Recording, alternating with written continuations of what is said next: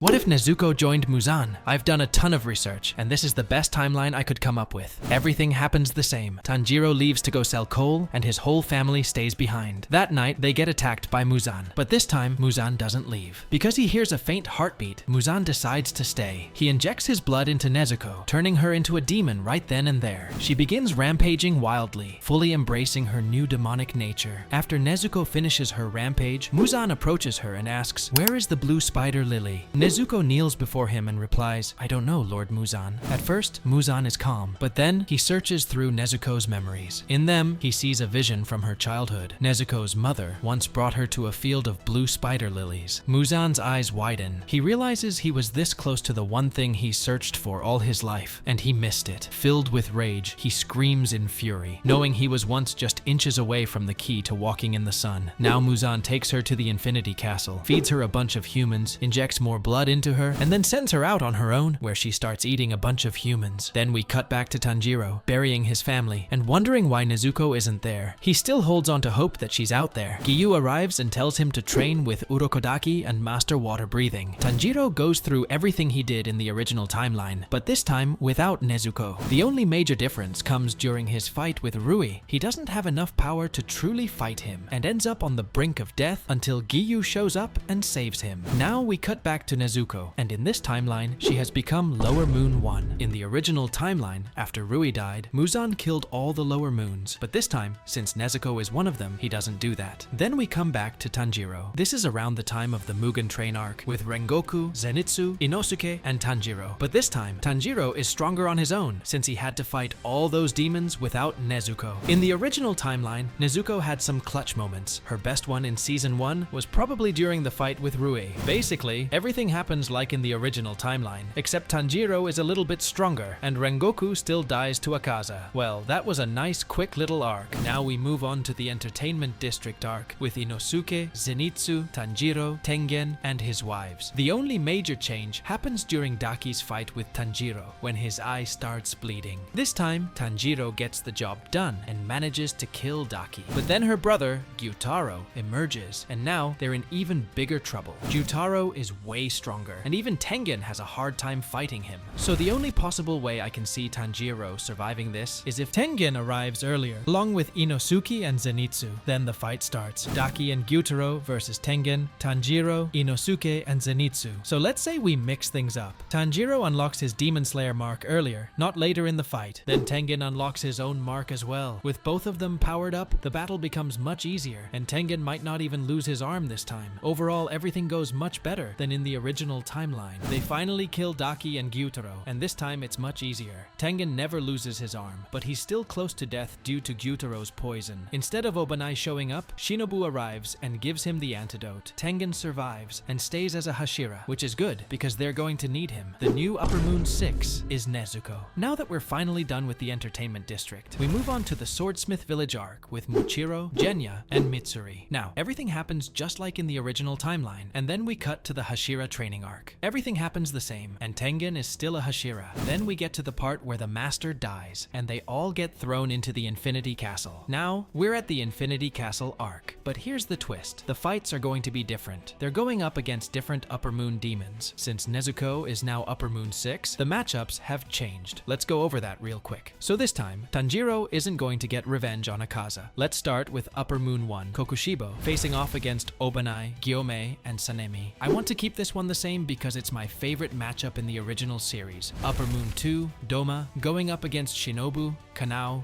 and Inosuke. Now let's do Upper Moon 3, Akaza, versus Muichiro and Tengen. Then we finally get to Upper Moon 6, Nezuko, and we're going to put Tanjiro and Giyu against her. Now let's get to the side battles. Kaigaku versus Zenitsu, then Yushiro and Mitsuri going up against Nakime. They're trying to take control of the Infinity Castle. My bad, guys. I almost forgot about Genya. Let's throw him in with Upper Moon 1. Now, let's go over all the battles. Upper Moon 1 is defeated by the 3 Hashira and Genya. Upper Moon 2 gets defeated. Just like in the original timeline, 3 is probably the hardest battle for the Hashira since Tanjiro is not there, but they managed to get the fight done and kill Akaza. Now let's get to the fight with Upper Moon 6 Nezuko. Tanjiro refuses to kill her because Nezuko is one of his last remaining family members. Giyu does most of the fighting because Tanjiro is in shock that Upper Moon 6 is his own sister. It's a long drawn out fight between Giyu and Nezuko. Nezuko. Giyu keeps asking Tanjiro for help, and eventually Tanjiro snaps out of it and tries to get Nezuko to stop. Giyu gets blasted and badly hurt by one of Nezuko's attacks. Tanjiro grabs her, but then Nezuko pierces Tanjiro. Despite the pain, Tanjiro tries to reach her heart, begging her to come back. Finally, she snaps out of Muzan's control, looks at Tanjiro and says, "Tanjiro, is that you?" Muzan tries to regain control of Nezuko, but then she starts having flashbacks of her family. Their memories help her break free of Muzan's control completely, so Tanjiro and Giyu are both badly hurt by Nezuko. Nezuko starts crying and says, "How am I going to atone for all this time?" Tanjiro says, "It's fine, sister. You can help us defeat the Demon King." Tanjiro and Giyu start wrapping up their wounds, trying to stop the bleeding. Right now, Muzan is stuck in his spot and can't do anything with the Infinity Castle. Because Yoshiro was controlling it, the castle had already been stopped and taken over. So Muzan kills Nakime in the Infinity Castle, which then begins to collapse. The demon controlling the Infinity Castle gets all the demon slayers out of there, and then we move into the final arc, the Sunrise Countdown arc. Now, since there's another Hashira, when they were all fighting Upper Moon 1, the only one who died in the Infinity Castle was Shinobu with Nezuko's help. All the demon slayers fight Muzan and win much faster than in the original timeline. After Muzan is defeated, Nezuko turns back into a human with the help of the humanization serum. Nezuko helped them fight Muzan, so not a lot of Hashira died. The only ones who lost their lives were Shinobu and Gyome. Shinobu died in the Infinity Castle, and Gyome died while fighting Muzan. After that, we see Mitsuri and Obanai's love story unfold. Then we get to see my boy, Muichiro, actually live a long life, probably until around 25, because he had the Demon Slayer mark. It's definitely better than the original timeline. Thank you all for watching. If you enjoy